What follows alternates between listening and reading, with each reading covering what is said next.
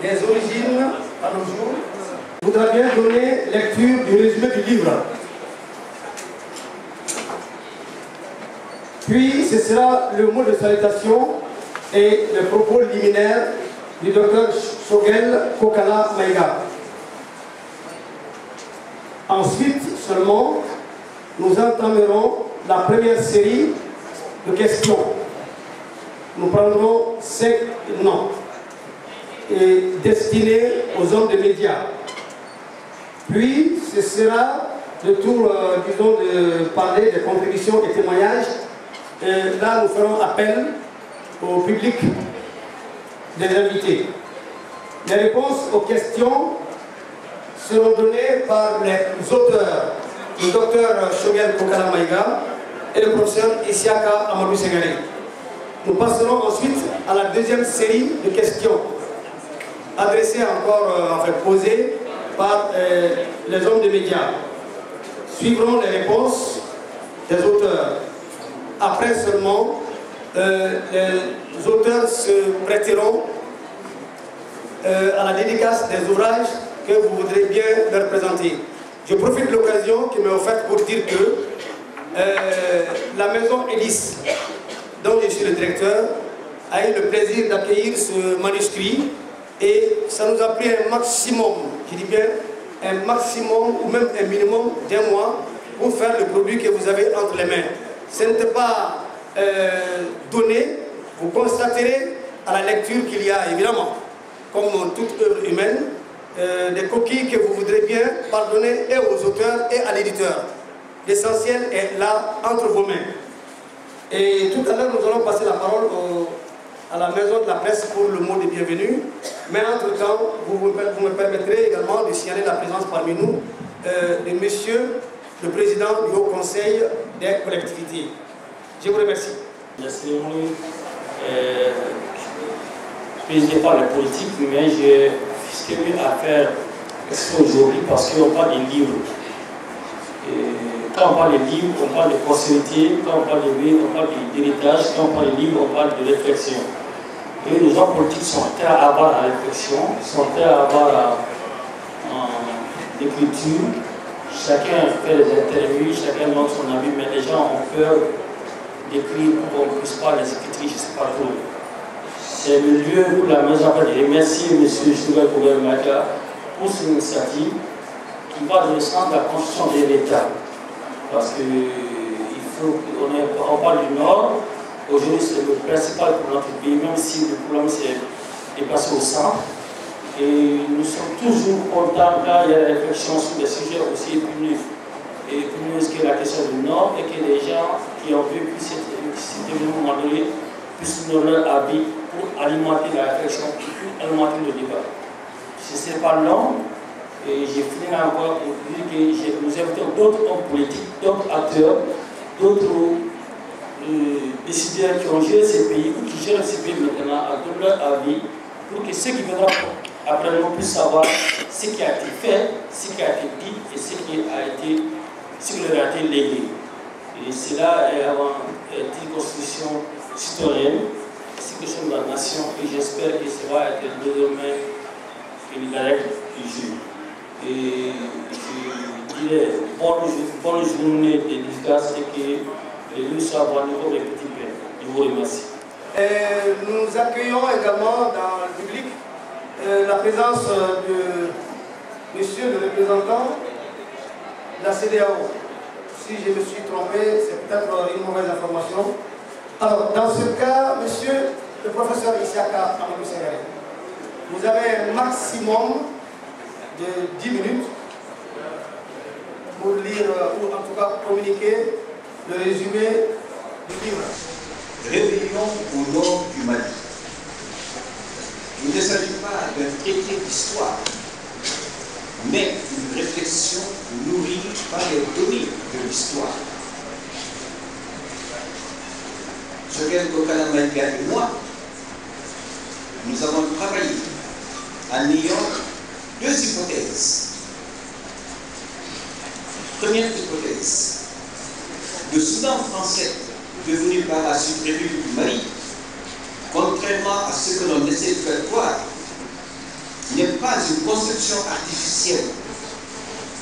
Il est la reconstitution très partielle du reste d'une entité politique qui a eu à exister par le passé.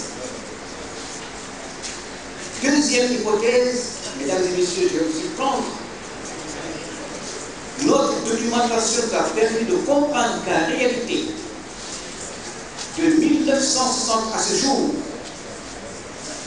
il n'y a pas eu de rébellion touareg, mais de rébellion de quelques éléments appartenant à une tribu touareg férocement attachée à des intérêts théoriques.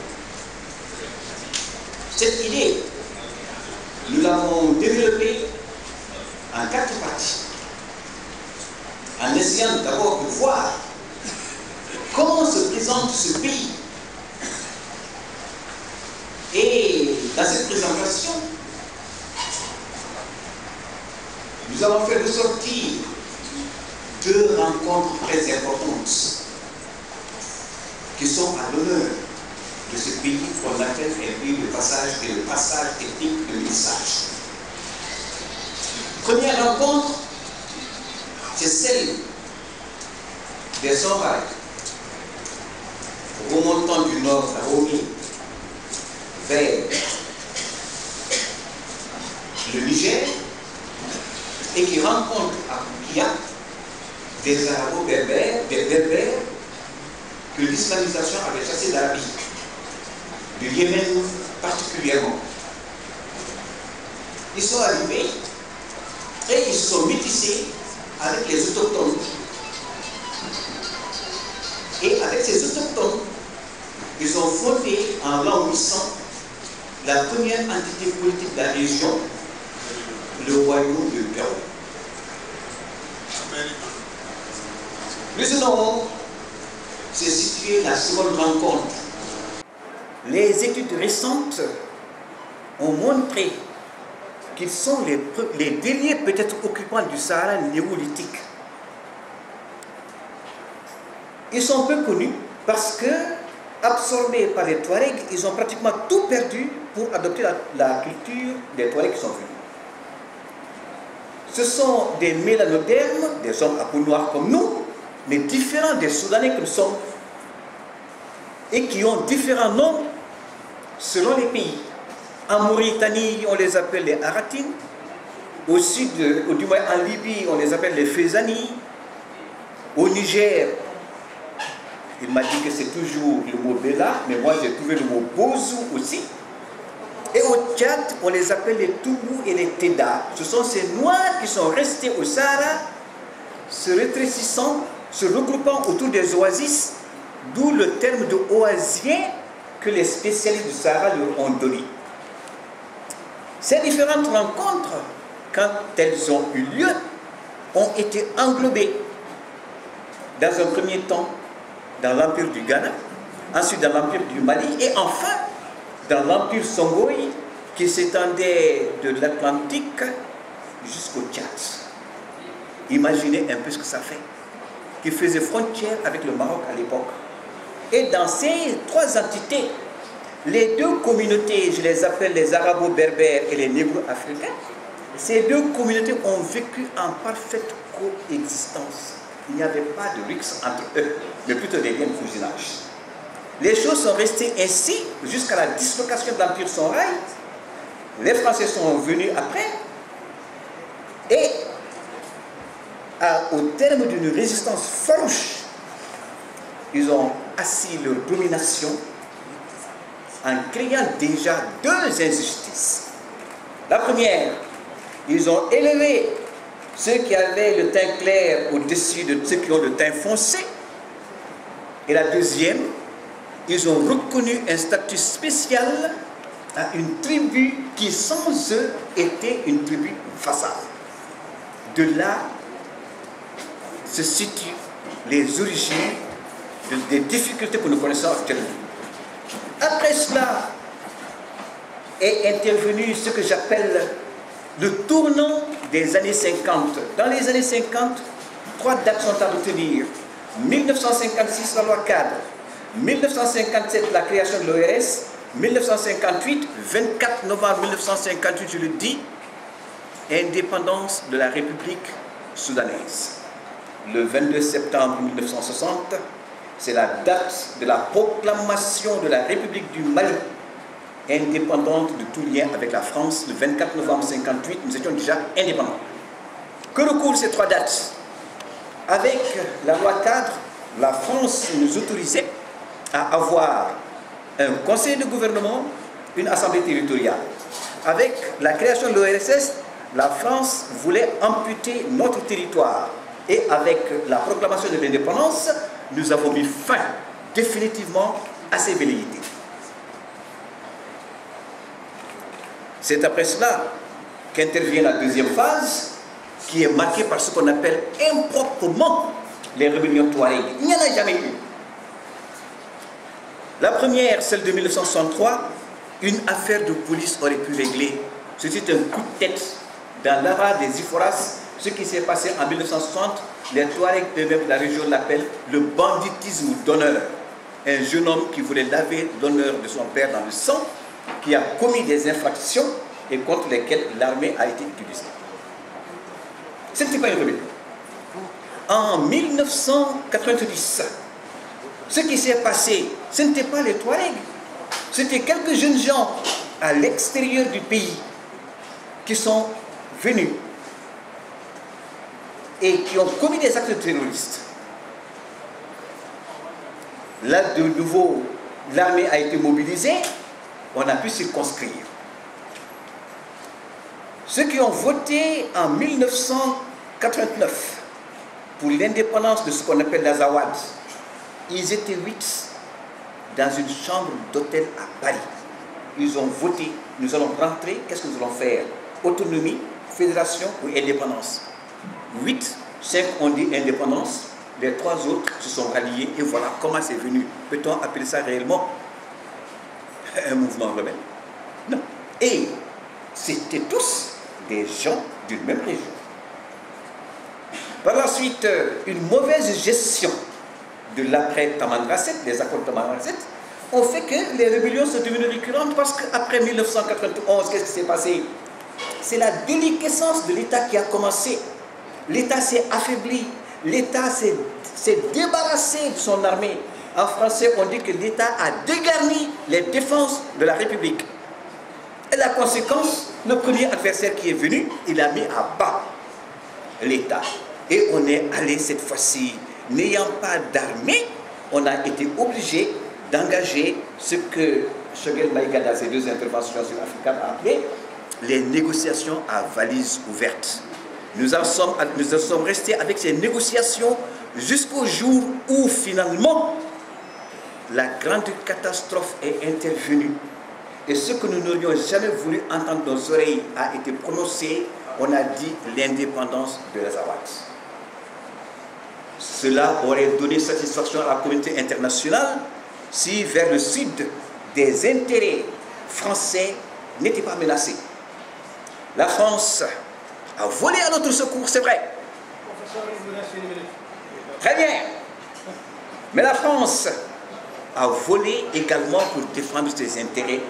Et depuis ce jour, nous avons été dépossédés des solutions. Du moins, le conflit s'est internationalisé. Et aujourd'hui, nous sommes sous tutelle de la communauté internationale. C'est ce que nous recensons dans ce livre de quelques 500 pages que nous vous invitons à lire. Monsieur le maître de cérémonie, je vous remercie. Saluer la présence de Monsieur Mamadou Satri Kakité, président du Haut Conseil des collectivités. Également, nous enregistrons la présence parmi nous de Monsieur le représentant de la CEDEAO, Monsieur Chaka Aboudou Touré. Au-delà de cela, nous enregistrons, je crois que les chefs de la bouche et aussi le son avec. Alors donc, nous enregistrons également la présence de la société civile, de beaucoup de partis politiques, je m'en voudrais de les citer, risquant d'en oublier, et de demander au docteur Shogel Kokala Maïga, co-auteur, de bien vouloir prononcer son mot de salutation ainsi que le propos liminaire et de bien vouloir également rester dans le temps. Docteur Shogel, vous avez 10 minutes. Merci. Tout le monde entend. Mesdames et messieurs, je voudrais, à la suite du maître de cérémonie, remercier très chaleureusement les hautes personnalités qui, malgré leurs multiples préoccupations et pour certains malgré leur âge, ont tenu à honorer de leur présence cette cérémonie.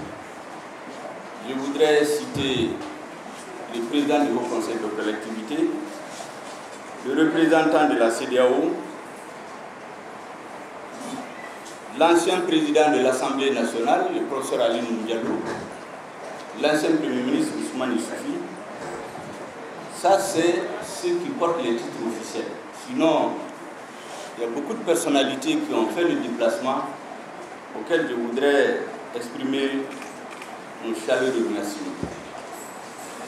Mesdames et messieurs, l'idée d'écrire ce livre s'est définitivement installée dans nos esprits à la suite de l'effondrement de l'État dans le premier semestre 2012. Donc les premiers écrits, nous avons commencé à les faire en cette période. Puis, ça s'est ralenti. Petit à petit, on accumulait les éléments qu'on mettait à côté et le processus s'est accéléré essentiellement à partir du deuxième semestre 2016. Quand vous aurez ce livre en main, vous verrez que la dédicace, c'est d'abord à tous ceux qui sont tombés pour la patrie. Tous ceux qui sont tombés pour la patrie, quelles que soient les circonstances. Vous aurez constaté aussi qu'en introduction, nous avons cité une sagesse bamana. Je vais le lire avec la phonétique d'un soleil qui a pris le bambara dans les rues de Bamako. Bana donc kafisani bana furake. Ça veut dire quoi? Littéralement, un bon diagnostic vaut mieux qu'une mauvaise thérapie. Terre à terre, pour soigner une maladie, il faut d'abord diagnostiquer pour savoir de quoi on est malade. Parce que notre première analyse, c'est que la rébellion perdure parce qu'on a fait le mauvais diagnostic de la maladie. Donc on prescrit des médicaments qui ne peuvent pas soigner la maladie. Deuxième citation, elle est très importante. Je l'ai déjà sortie dans mon projet de société aux élections de 2013. Je vais vous la lire. Écoutez attentivement parce qu'on dirait qu'il parle du Mali. Et pourtant, cette citation est extraite d'un discours de Winston Churchill, le premier de l'Angleterre, le 12 octobre 1942, c'est-à-dire au moment du tournant dans la Deuxième Guerre mondiale. Elle est longue, mais elle est importante à méditer.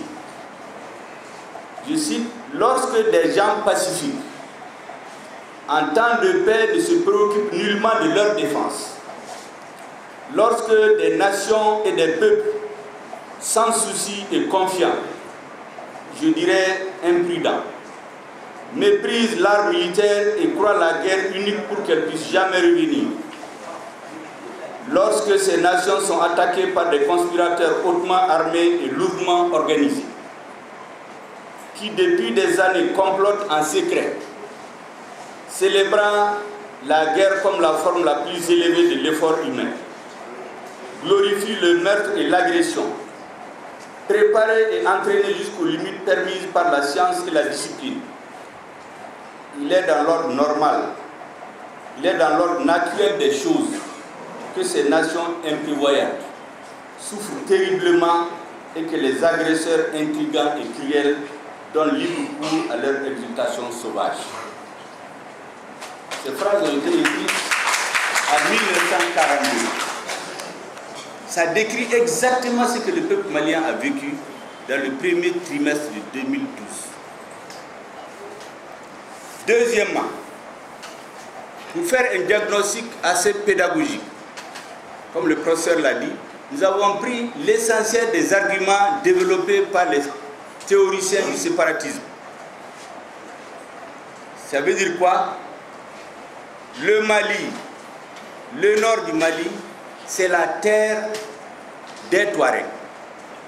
Les Français ont trouvé qu'ils commandaient cette terre. Au moment où les Français partaient, ils ont demandé de ne pas être rattachés au reste du Mali. La France a commis une faute en ne leur donnant pas leur État. C'est cette faute-là que la France corrigerait. C'est pour qu'elle les soutiendrait. Deuxième argument, c'est eux qui le développent. On a des enregistrements dans différentes conférences internationales, y compris dans les pays autour de nous, dans les pays arabes, au niveau des universités en Europe. Deuxième argument, le Nord a été délaissé, il n'a pas été développé. Délibérément, les populations du Nord, notamment les arabo-berbères, ont été soumises à une répression sauvage pour pratiquement exercer le génocide contre eux. Ça, c'est une théorie aussi qui a été développée. Ils ont été marginalisés et c'est parce qu'il n'y a pas de développement qu'ils ont pris les armes. Voilà dans quoi est habillé le projet. Et c'est pour cela que nous avons séquencé l'histoire, ce que le professeur vient de dire, pour montrer d'abord que le Nord n'appartient pas plus aux Touaregs, qu'aux Sonrai, qu'aux Bambara, qu'aux Peul. Le Nord, au moment où les colons arrivaient, était un melting pot. Vous avez les Sonrai, les Touaregs, les Arabes, les Peul, les Bambara, j'en passe. Ça n'appartient à personne plus qu'à l'autre. Au moment où l'Empire Songhai a été défait, toutes les grandes constructions historiquement arrivées à Naples, arrivent à l'heure à Kony, ils sont défaits. Le 13 mars 1591, ça n'est suivi 3 siècles d'instabilité. Il n'y avait pas d'État. 3 siècles d'instabilité et d'anarchie. Pendant cette période, c'est exactement la situation qu'il y a au nord aujourd'hui. Des groupes armés, vous êtes armés, vous êtes forts, vous imposez aux autres. Donc le Nord a été soumis à une domination de prélèvement et pas d'administration. Lorsque les Marocains ont défait l'Empire Songhai, ils ne l'ont pas administré, ils étaient venus chercher de l'or. Dès qu'ils n'ont pas trouvé de l'or, c'est des palachiques, c'est des gouverneurs qui se sont formés. Et puis, c'était la raison du plus fort. C'est pendant cette période-là, effectivement, que les confédérations Touareg se sont organisées. Elles s'imposaient sur les tribus Songhai qui, après la défaite de l'Empire Songhai, la plupart avaient abandonné l'activité guerrière. Et donc, au moment où les colonisateurs arrivaient, effectivement, c'était les tribus Touareg qui dominaient des zones, des grandes confédérations. La conquête coloniale s'est passée, vous trouverez les détails, comment elles ont été opposées les unes aux autres. Les grands noms que les Maliens citent souvent, les Firoun, n'est-ce pas? Bon, je ne vais pas continuer à citer, mais tout ceci, vous allez vous rendre compte, c'est la suite de trahison qu'ils ont été défaits. Tous. Et donc, l'Empire Songhai même, dans l'histoire, vous le verrez, a été défait à la suite d'une trahison de l'intérieur. Et donc chaque fois qu'on a été divisé, qu'on a trouvé des gens qui ont trahi, on est tombé dans les mains sous la coupe de l'extérieur. Et donc, quand la conquête coloniale du Nord s'est terminée, les colonisateurs ont choisi une tribu qui a fait leur jeu. Ce n'est pas nous qui le disons, c'est démontré historiquement. Tout ce que nous disons est documenté. Ils ont pris une tribu qui était une tribu vassale des Kunta et des Oulimeden pour faire un pacte qu'on a appelé la Convention de Bourem du 15 septembre 1907. Il y a les extraits de cette convention. Un des extraits que je retiens de mémoire, c'est de dire l'Adra des Ifobas appartient désormais aux Ifobas et à ceux qu'il plaira à la France d'y installer. Les Kunta n'ont pas le droit d'y entrer, les Oulimeden n'ont pas le droit, personne d'autre. Le 15 septembre 1907, le 9 mai 1908 et 1909, cette disposition a été renforcée par la Convention de Gao.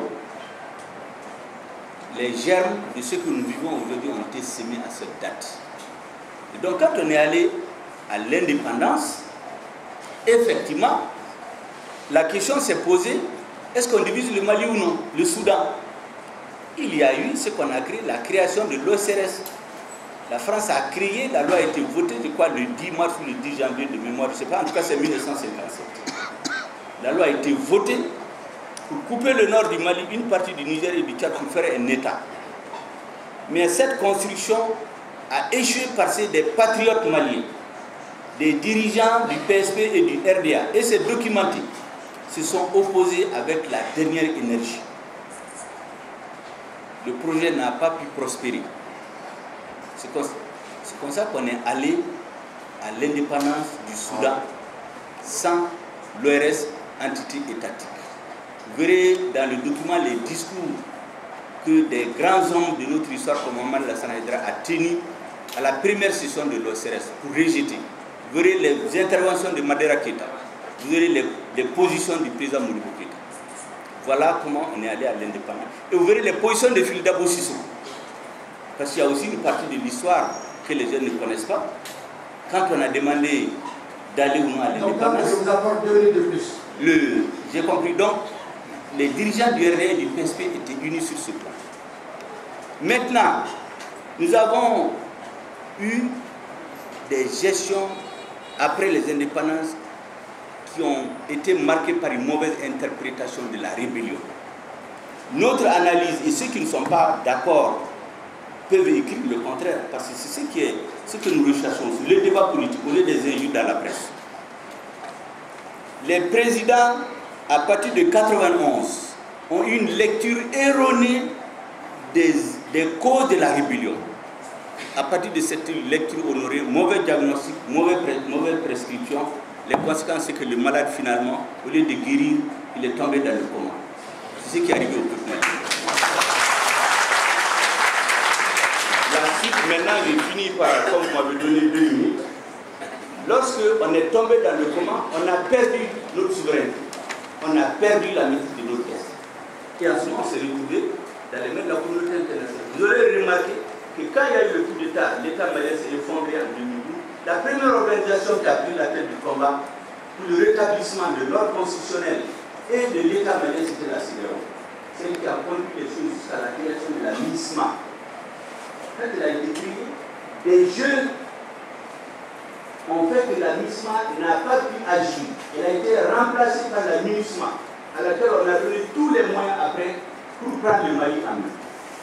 En ce moment, la gestion du nord du Mali a échappé non seulement aux Maliens mais aux Africains.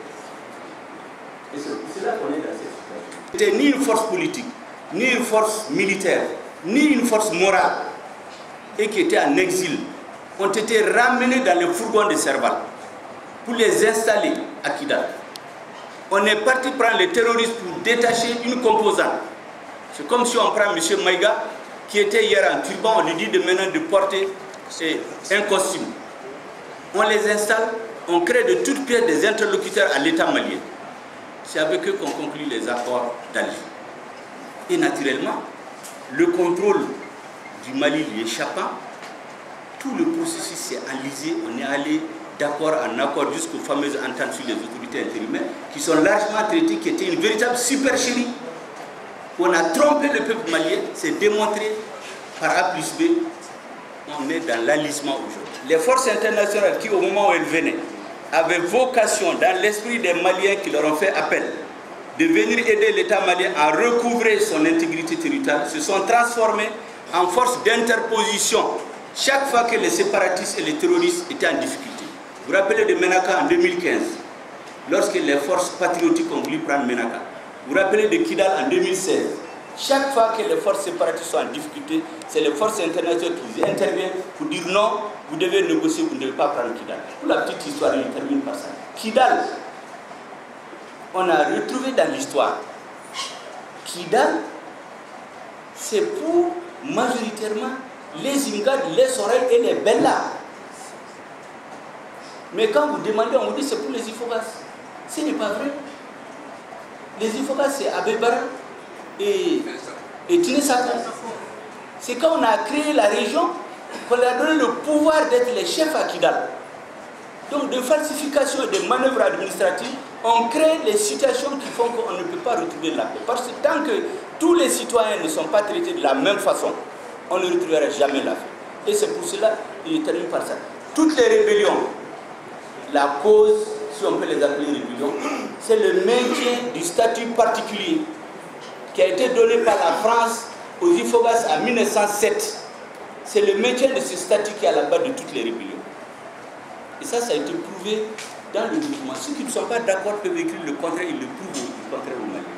Nous ne le faisons pas parce qu'on veut stigmatiser les Ifogas. Il faut que ça soit très clair. Moi, je suis très lié sur le plan des relations familiales avec les Touaregs. Mon village, Tabango, là, c'est un nom Touareg. Dans nos familles, tout le monde parlait le tamashek.